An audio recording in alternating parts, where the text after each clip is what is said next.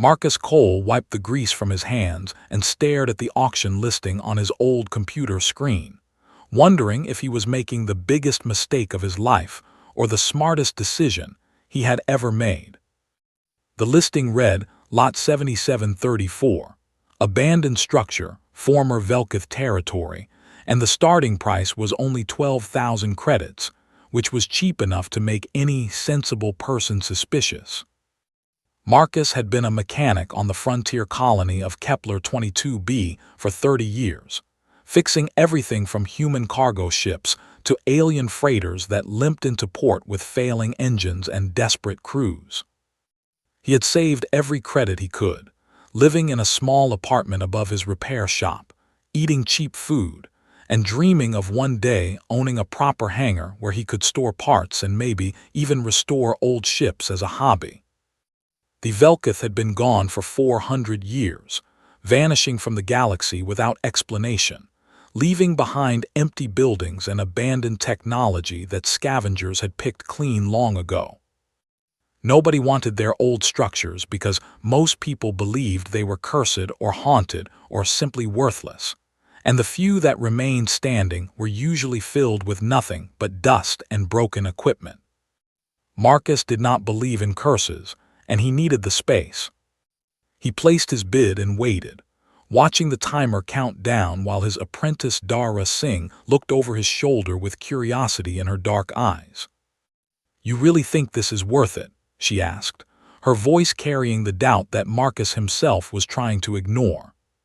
"Probably not," Marcus admitted with a small laugh, "but I have been fixing other people's ships my whole life, and I want something that belongs to me, even if it is just an old alien warehouse full of junk."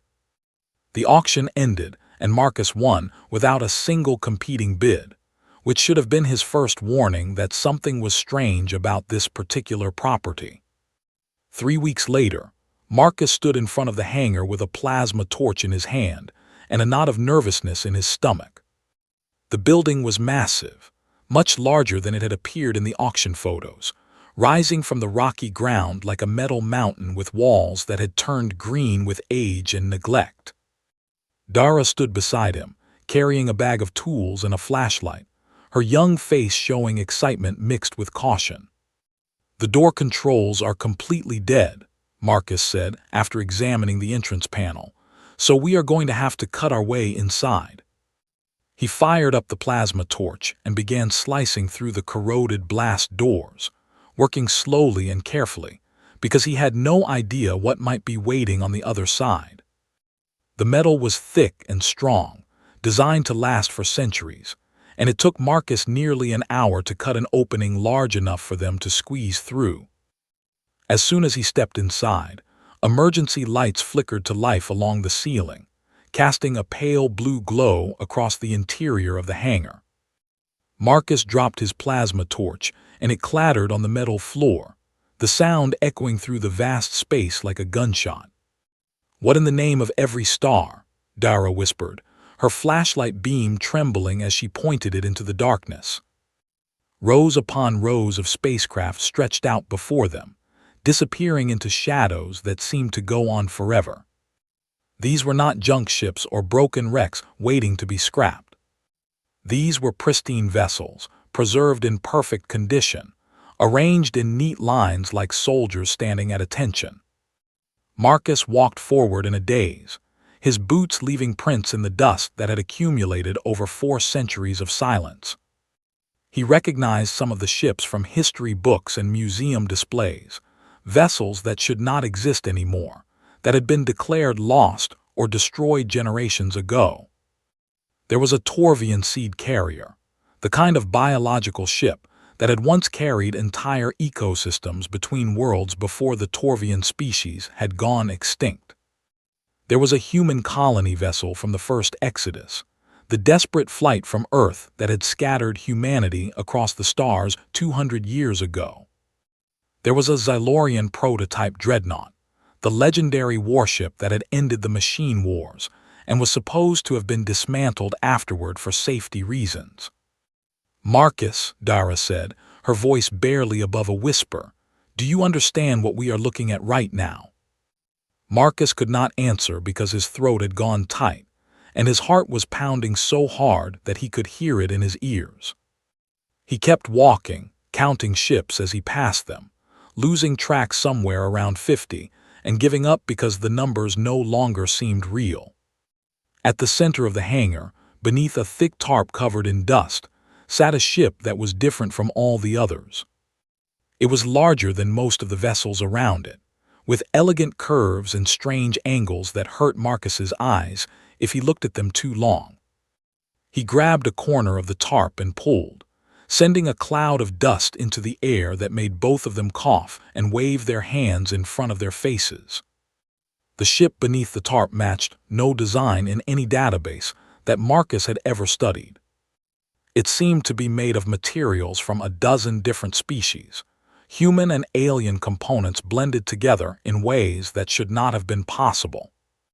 "This one is special," Marcus said, running his hand along the smooth hull and feeling a faint vibration beneath his fingers, as if the ship was sleeping and waiting to wake up. Dara had pulled out her portable scanner and was taking readings of everything around them, her eyes growing wider with each new result.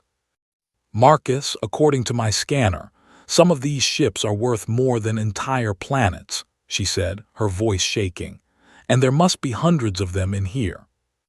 Marcus stood in the middle of the hangar, surrounded by spacecraft that represented the greatest treasures of galactic history, and he understood that his life had just changed in ways he could not begin to imagine.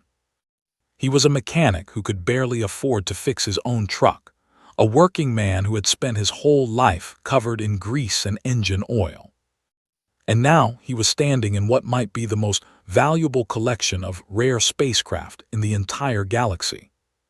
The emergency lights hummed overhead, casting long shadows across the silent ships, and somewhere deep in the hangar, a computer system was waking up after 400 years of sleep. Marcus Cole had bought an abandoned alien hangar for 12,000 credits. He had found something worth more than 2 trillion.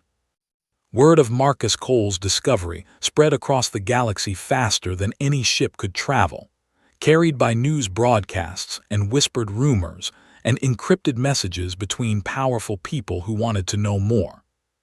Within 3 days of entering the hangar, Marcus found himself surrounded by reporters, government officials, and representatives from organizations he had never heard of before. His small repair shop became the center of galactic attention, with ships landing on Kepler-22b every hour carrying diplomats and lawyers and businessmen who all wanted the same thing.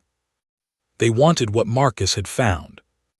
The first official delegation came from the Confederated Merchant Houses, a group of wealthy trading families who controlled most of the legal commerce in the known galaxy. They arrived in a golden ship that probably cost more than Marcus would earn in 100 lifetimes, and their leader was a tall alien with blue skin and 4 arms who introduced himself as Trade Master Vorix.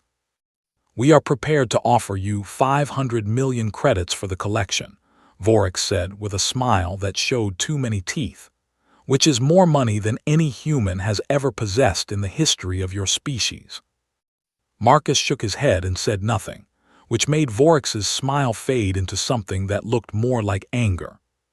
The second delegation came from the Zalorian hegemony, a military empire that had dominated this region of space for thousands of years. Their representative was a scarred warrior named Commander Thesic, who wore ceremonial armor and carried a weapon that hummed with deadly energy. "The prototype dreadnought in your hangar belongs to the Zalorian people," Thesic declared, his voice echoing through Marcus's small shop, "and we will not allow it to remain in the hands of a primitive human." Marcus crossed his arms and looked up at the alien commander, who towered over him by at least 2 feet. "The galactic salvage law says that abandoned property in unclaimed territory belongs to whoever claims it first," Marcus replied calmly. "And your people abandoned that ship 400 years ago when you said it was destroyed." Thesic's face turned dark with rage, but he could not argue with the law, so he stormed out of the shop and returned to his warship to report his failure. More delegations followed, each one offering more money or making more threats, and Marcus turned them all away with the same quiet stubbornness that had kept him alive through 30 years on the frontier. Dara watched her mentor deal with these powerful aliens, and she could not understand why he was refusing their offers. "Marcus, you could be the richest human in the galaxy," she said one night as they sat in the hangar surrounded by their impossible discovery. "Why are you saying no to everyone?" Marcus was quiet for a long moment, looking at the ships that surrounded them like sleeping giants waiting to be awakened. "When I was young, I watched them scrap my grandfather's ship," he finally said, his voice soft with old pain. "It was a beautiful vessel that he had built with his own hands, and they melted it down for raw materials because nobody thought it was worth saving." He stood up and walked to the nearest ship, placing his hand on its hull with the gentle touch of someone who understood machines better than he understood people. "These ships are not just metal and engines," Marcus continued. "They are history and memory and the stories of everyone who ever flew them." Dara nodded slowly, beginning to understand what drove her mentor to refuse wealth beyond imagination. "But what are you going to do with them?" she asked. Marcus did not have an answer yet, but he knew that selling the collection to people who would lock it away or use it for their own power was not the right choice. The following week brought new problems when assassins from the Kreth Dominion tried to break into the hangar and kill Marcus in his sleep. His security system was nothing but a collection of jury-rigged sensors and automated defenses that he had built from salvaged ship parts over the years. But it was enough to detect the intruders and drive them away with electric shocks and stun grenades. Marcus reported the attack to the colonial authorities, who sent a small squad of human soldiers to guard the hangar. It was not much protection against a galactic empire, but it was something. While Marcus dealt with the political chaos, Dara spent her time exploring the hangar and cataloging the ships they had found. She was particularly interested in the mysterious vessel at the center of the collection, the one that matched no known design and seemed to be made from technology that should not exist. Deep in the hangar, behind rows of silent spacecraft, she found a door that led to a small room filled with computer terminals and data storage devices. The equipment was old but still functional, and Dara managed to activate one of the terminals after several hours of careful work. What she found made her run back to Marcus with tears in her eyes. "You need to see this," she said, grabbing his arm and pulling him toward the hidden room. The terminal screen showed a recording, fuzzy with age but still clear enough to see the face of an alien that Marcus recognized from history books. It was a Velketh, one of the mysterious beings who had vanished from the galaxy 400 years ago. The alien was old, with gray skin and eyes that held a sadness too deep for words, and it spoke in a language that the computer automatically translated into human speech. "If you are watching this recording, then you have found our collection, and we have been gone for a very long time," the Velketh said, its voice carrying across centuries of silence. "We were collectors and archivists, preservers of history in a galaxy that prefers to forget." The recording continued, explaining that the Velketh had watched civilizations rise and fall for millions of years, and they had seen the same pattern repeat over and over again. Great powers would emerge, conquer everything around them, and then destroy the knowledge of those they had defeated. History was erased, cultures were forgotten, and the galaxy lost pieces of itself that could never be recovered. "We collected these ships because each one represents a moment that the galaxy tried to forget," the old alien explained. "The last survivors of dead species, the prototypes that were supposed to be destroyed, the evidence of crimes that powerful people wanted to hide." The recording flickered and jumped, damaged by time, but the final words came through clearly. "The last ship in our collection is special," the Velketh said. It is not for display or study or sale. It is for the species brave enough or desperate enough to fly it. It is a key to everything we have hidden across the galaxy. Choose wisely who you trust with this burden. The screen went dark and Marcus stood in silence, understanding at last why the Velkith had left their collection behind. They had been waiting for someone to find it. Someone who would not sell it for profit or use it for power. Someone who would remember. The Galactic Appraisal Commission arrived 6 weeks after Marcus discovered the hangar, bringing with them a team of experts from every major species in the known galaxy. They spent 3 days examining the ships, scanning every hull and cataloging every artifact, and when they finally finished their work, they called Marcus into the hangar for a meeting. The lead appraiser was a small alien with 8 eyes and delicate hands that moved constantly as it spoke. "We have completed our assessment of the collection," the appraiser announced, its voice carrying a tone of disbelief that Marcus found almost amusing. "The total estimated value is 2.3 trillion galactic credits." Marcus had known the collection was valuable, but hearing the actual number made his legs feel weak and his head feel light. 2.3 trillion credits was enough money to buy a small star system, enough to fund a war between empires, enough to change the balance of power across the entire galaxy. "This makes your collection the most valuable private holding in galactic history," the appraiser continued, "and every major power in the known universe will want to possess it." Marcus thanked the appraisers for their work and watched them leave, knowing that his problems were about to get much worse. He was right.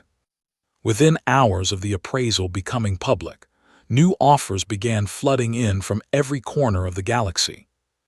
The Zalorian hegemony offered Marcus full citizenship in their empire, along with a noble title and a palace on their homeworld. The confederated merchant houses doubled their previous offer and promised to make Marcus the wealthiest human in existence. The Kreth Dominion sent another team of assassins, which the colonial guards managed to capture before they could reach the hangar. Marcus refused every offer and survived every attack, and the alien powers grew increasingly frustrated with this stubborn human, who would not be bought or intimidated. "Why will he not sell?" demanded Ambassador Thesic at a secret meeting of galactic representatives, slamming his fist on the table hard enough to crack its surface. "Humans are supposed to be simple creatures, driven by greed and short-term thinking." Trade Master Vorix of the merchant houses stroked his chin with one of his 4 hands and considered the question. "Perhaps we have underestimated this particular human," he suggested, "or perhaps he is waiting for a better offer." "There is no better offer," Thesic growled. "We have offered him everything a primitive being could possibly want." The representatives argued among themselves, none of them able to understand why Marcus continued to refuse their generosity. The truth, as Marcus often reflected during those difficult weeks, was simpler than any of them could imagine. He had spent his entire life fixing things that other people had thrown away, giving new life to machines that everyone else considered worthless. He had seen too many beautiful ships scrapped for profit, too many irreplaceable pieces of history melted down into raw materials because nobody cared enough to preserve them. The Velkith collector had spent centuries gathering these treasures and had trusted the future to protect them. Marcus would not betray that trust for any amount of money or power. Meanwhile, Dara had been working day and night to understand the mysterious ship at the center of the collection. She had managed to access more of the Velkith data archives, piecing together fragments of information that painted an incredible picture. "Marcus, I think I understand what this ship is," she said one evening, her eyes red from lack of sleep but bright with excitement. The Velkith did not just collect ships from species that already existed. They collected ships from species that did not exist yet. Marcus frowned, not understanding what she meant.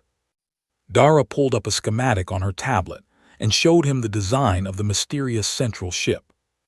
"Look at the components," she said, pointing to different sections of the vessel. "This engine design is Zalorian. These life support systems are Torvian. This navigation array is from the Mundari. But this section here," she continued, highlighting a large portion of the ship's interior, "this is human technology. Human technology that was invented only 50 years ago." Marcus stared at the schematic, his mind struggling to accept what Dara was telling him. "The Velkith disappeared 400 years ago," he said slowly. "How could they have built a ship using human technology that did not exist until 50 years ago?" Dara shook her head, as confused as Marcus but certain of her findings. "I do not know how they did it, but the evidence is clear. They predicted that humans would emerge onto the galactic stage, and they included us in their grand design. This ship was meant for humans, Marcus. It was meant for us." The weight of that revelation settled on Marcus's shoulders like a heavy cloak, and he understood that his responsibility had grown far beyond protecting a collection of old spacecraft. The Velkith had chosen humanity for something important, something that connected to secrets hidden across the galaxy. As news of the collection's value spread, the major galactic powers began to coordinate their efforts. Ambassadors who had been rivals for centuries started meeting in secret, putting aside their differences to address what they saw as a common threat. A working-class human mechanic had stumbled onto the most valuable treasure in galactic history, and he was refusing to share it with the civilizations that had ruled space for millennia. This could not be allowed to continue. "We must take the collection by force," Ambassador Thesic declared at a gathering of representatives from a dozen major powers. "If this human will not sell, we will simply remove him and claim the ships for ourselves." "That would be illegal under galactic salvage law," one of the lawyers pointed out nervously. Thesic turned his scarred face toward the lawyer with a look that could melt steel. "We will create a new law," he said coldly. "We will call it the Galactic Heritage Protection Act, and we will use it to justify seizing any artifact that we deem too important to be held by a single individual." The other representatives nodded in agreement, each one already calculating how much of the collection their own government would receive. A joint fleet was assembled under the banner of protecting galactic heritage, with warships from a dozen different species gathering at the edge of the Kepler system. Marcus received word of the approaching fleet from a sympathetic communications officer, who had been bribed by Dara using credits from their emergency fund. "They are coming," Dara said, her face pale with fear, "and they are bringing enough firepower to destroy this entire planet." Marcus looked at the young woman who had been his apprentice for 5 years, who had helped him discover something that had changed both their lives. "Then we need to figure out what that ship actually does," he said with a calm determination that surprised even himself, "before they get here." Marcus made a decision that would change the course of galactic history, though he did not know it at the time. Instead of trying to negotiate with the major powers who wanted to take his collection by force, he reached out to the species that nobody else cared about. The minor civilizations of the galaxy had always been overlooked and ignored by the great empires, pushed to the margins of society, and denied opportunities that were given freely to the powerful. Marcus invited them to visit the hangar, promising nothing except the chance to see what he had found. The first to arrive were the Pelori, a gentle species of feathered beings who had lost their homeworld to a natural disaster 3 centuries ago. Their entire civilization now lived on a handful of refugee ships, wandering the galaxy without a place to call their own. When the Pelori delegation entered the hangar, their leader stopped in front of a small vessel that Marcus had almost overlooked during his initial exploration. "This ship," the Pelori elder said, her voice trembling with emotion, This is the Star of Morning, the last vessel to escape our world before it was destroyed. We thought it was lost forever. We thought all evidence of our home was gone. The elder began to weep, joined by the other members of her delegation, their tears falling like rain as they touched the hull of the ship that connected them to everything they had lost. Marcus watched them with a lump in his throat, understanding for the first time the true value of what the Velkith had collected. These were not just machines. These were memories made solid, history that could be touched and felt and remembered. The next visitors were the Mundari, a species of small creatures with brilliant minds who had been accused of stealing technology from the Zalorian hegemony 500 years ago. The accusation had destroyed their reputation and condemned them to lives of poverty and suspicion, even though they had always claimed innocence. In the hangar, Dara showed them technical specifications that the Velkith had preserved, documents that proved the Mundari had actually invented the technology that the Zalorians had claimed as their own. "This changes everything," the Mundari representative said, his tiny hands shaking as he held the data tablet. "With this evidence, our people can finally clear their name. We can finally prove that we were telling the truth all along." Word spread through the marginalized communities of the galaxy, carried by travelers and traders, and anyone who had ever been ignored by the powerful. The human mechanic on Kepler 22b was opening his hangar to everyone, free of charge, asking nothing in return except that they treat the collection with respect. They came from every corner of the galaxy, representatives of species that most people had never heard of, beings who had been forgotten by history and abandoned by the powerful. A group of human colonists arrived, descendants of the people who had fled Earth during the first Exodus, and they found manifests and records in the hangar that listed the names of their ancestors. Young humans stood before the old colony ship and learned the names of great-grandparents who had been nothing but legends until that moment. Marcus began hearing workers from among his visitors, offering jobs to beings who had been denied opportunities elsewhere. Pelori archivists were given the task of cataloging the biological specimens that had been preserved, alongside the ships. Mundari engineers were invited to study the technical documents and share their findings with anyone who wanted to learn. Humans from the colony worked as guides and translators, helping visitors navigate the vast collection. The hangar transformed from a treasure vault into something else entirely, something that had not existed in the galaxy for a very long time.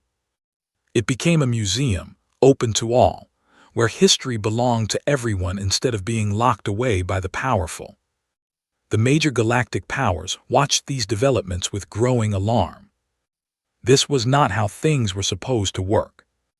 Resources were meant to be exploited and controlled, not shared freely with anyone who asked.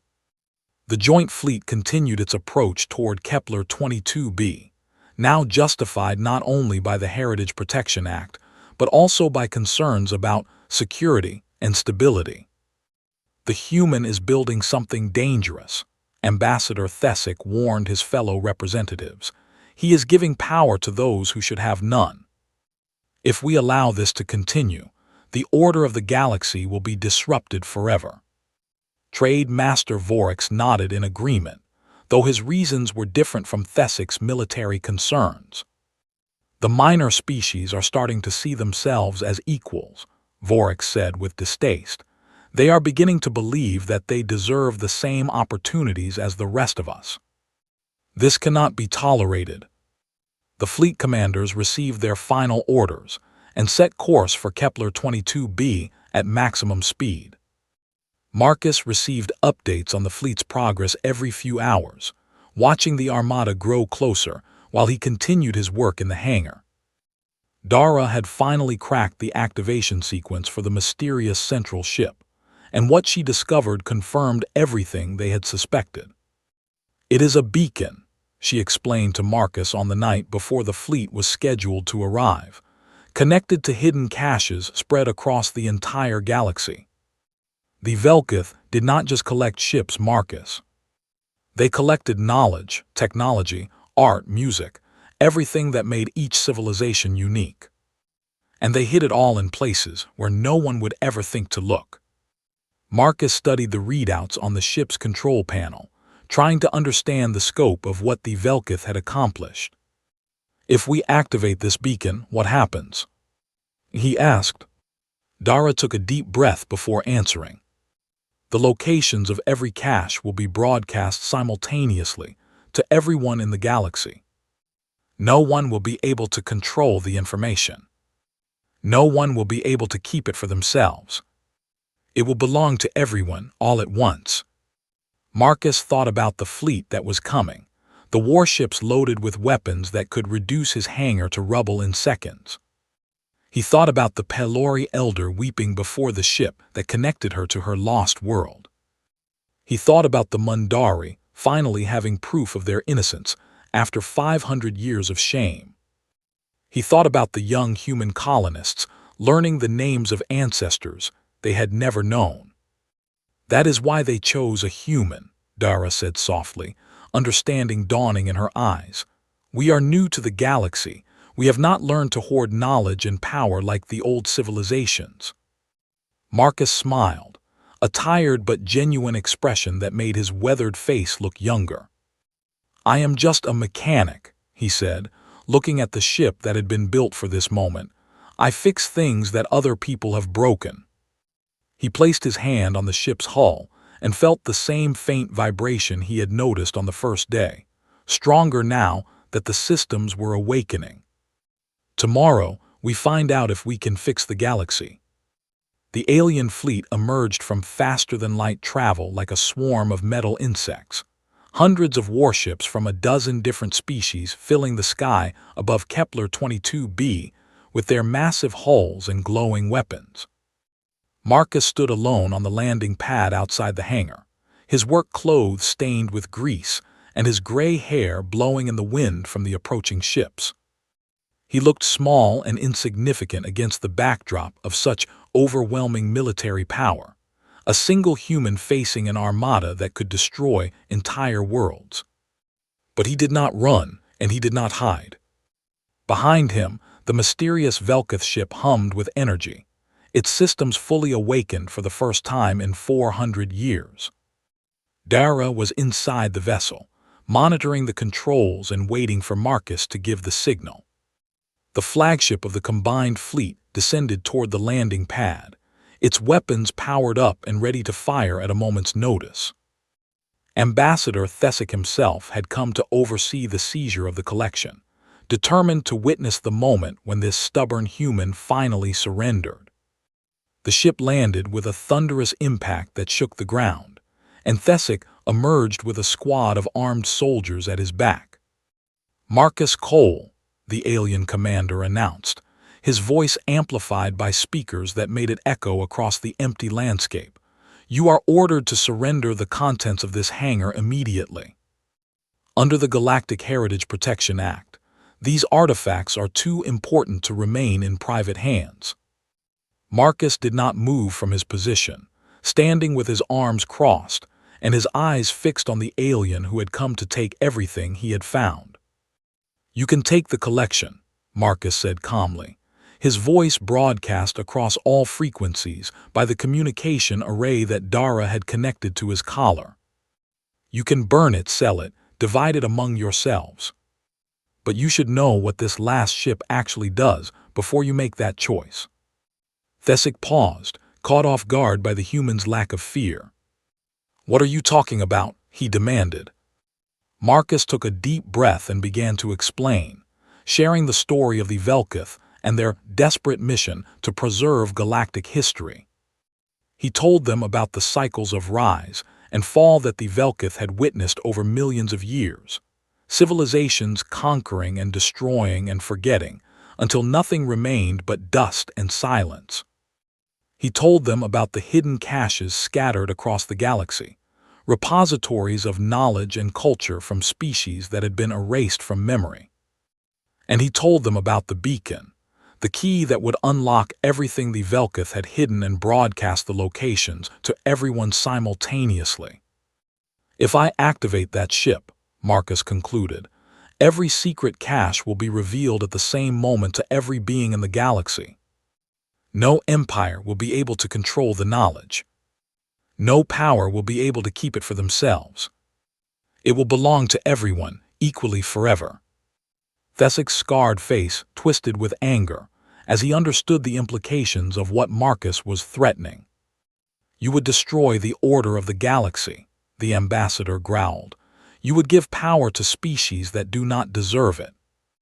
Who are you to make such a decision? Marcus thought about that question, looking past the alien commander to the fleet that filled the sky with weapons capable of ending his life in an instant. I am a mechanic, he said simply. I have spent my whole life fixing things that other people wanted to throw away. I have watched beautiful ships get scrapped because nobody cared enough to save them. I have seen history get erased because the powerful decided it was inconvenient. He gestured toward the hangar behind him, toward the collection that represented the greatest treasures of galactic civilization. The Velkith spent centuries gathering these artifacts because they believed that someone would eventually find them and make the right choice. They believed that someone would choose to remember instead of forget. They believed that someone would share instead of hoard. Marcus paused, his eyes meeting the alien ambassador's gaze without flinching. They chose humans because we are new, he continued, because we have not yet learned to be as selfish as the old civilizations. I am not going to prove them wrong. Thessic raised his hand, ready to order his soldiers to open fire. You will die, the ambassador warned, and we will take the collection anyway. Marcus smiled, a tired but peaceful expression that made Thessic hesitate. Maybe, Marcus admitted, but the beacon is already armed, and my apprentice has her finger on the activation switch. If you kill me, she will turn it on. If you destroy the hangar, the beacon will activate automatically. You cannot stop what is about to happen. High above, the fleet commanders watched the confrontation through their sensors, waiting for orders that Thessic suddenly found himself unable to give. The ambassador stood frozen, calculating possibilities and finding no path to victory. If he attacked, the beacon would activate and the knowledge would be released. If he retreated, the human would remain in control of the collection. And if he negotiated, he would have to accept that a primitive mechanic had outmaneuvered the combined might of galactic civilization. Dara's voice came through Marcus's earpiece, soft but urgent. Marcus, the system is showing activity all across the galaxy. Something is happening to the caches. Marcus turned toward the hangar, understanding that the decision had already been made. The Velkith ship had been waiting for someone to find it, someone who would make the choice that Marcus had made. It had been reading his intentions, judging his character, and deciding whether he was worthy of the gift it contained. And now, without Marcus touching a single control, the beacon was activating on its own. A pulse of energy burst from the hangar, visible as a shimmer of light that expanded outward at impossible speed. It passed through the alien fleet without causing any damage, continuing to grow until it encompassed the entire star system and beyond. Across the galaxy, in hidden caves and forgotten asteroids and secret vaults that had remained sealed for millions of years, ancient caches began to transmit their locations.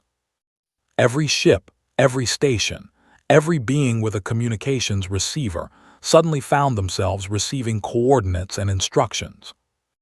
The collected knowledge of 1,000 forgotten civilizations was being offered to everyone at once, free and open, and impossible to control. Thessic stood in silence, watching his dreams of power crumble into dust. The fleet commanders faced an impossible choice, their weapons suddenly meaningless against a tide of information that could not be stopped. One by one, the warships began to power down their weapons and turn away from Kepler 22b. There was nothing left to fight for. The knowledge was already free.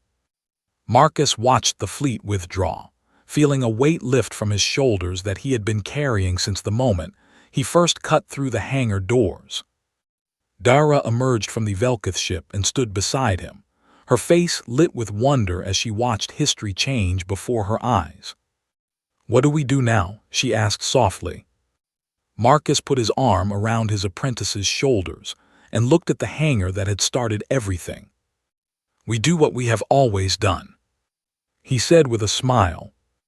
"We fix things. We help people remember. And we make sure that nobody ever forgets again." The stars above Kepler 22b seemed brighter than before, filled with secrets that were finally being shared with everyone who wanted to learn. Marcus Cole, the mechanic who had bought an abandoned alien hangar for 12,000 credits, had just given the galaxy a gift worth more than 2 trillion. He had given them their history back. And history, he had learned, was never meant to be owned. It was meant to be remembered.